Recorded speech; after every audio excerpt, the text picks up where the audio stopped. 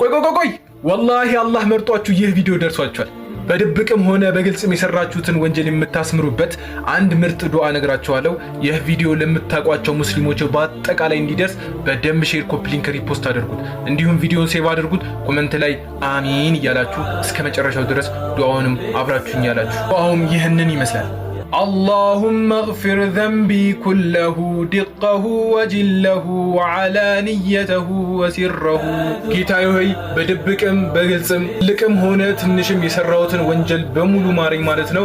የእናንተ ጃዕፈር ነኝ። ወሰላሙ አለይኩም ወራህመቱላሂ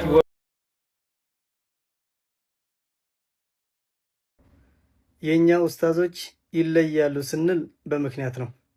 ሲያሻቸው ባንደበታቸው ሲፈልጉ በብዕራቸው መናገር ያለባቸውን ይናገራሉ፣ መጻፍ ያለባቸውንም ይጽፋሉ።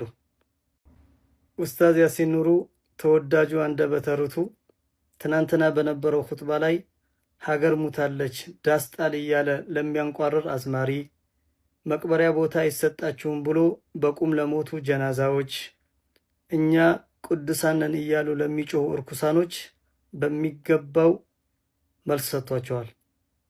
ዳዕዋ ማለት ደግሞ ይሄ ነው። ቦታንና ዘመንን ያማከለ ንግግር፣ ጽሑፎች ለማህበረሰቡ ሲደርሱ ያ ትውልድ ይታነጻል፣ ይማራል። እናንተ ትለያላችሁ። እንደሌላው በሜዳ አትጮሁም።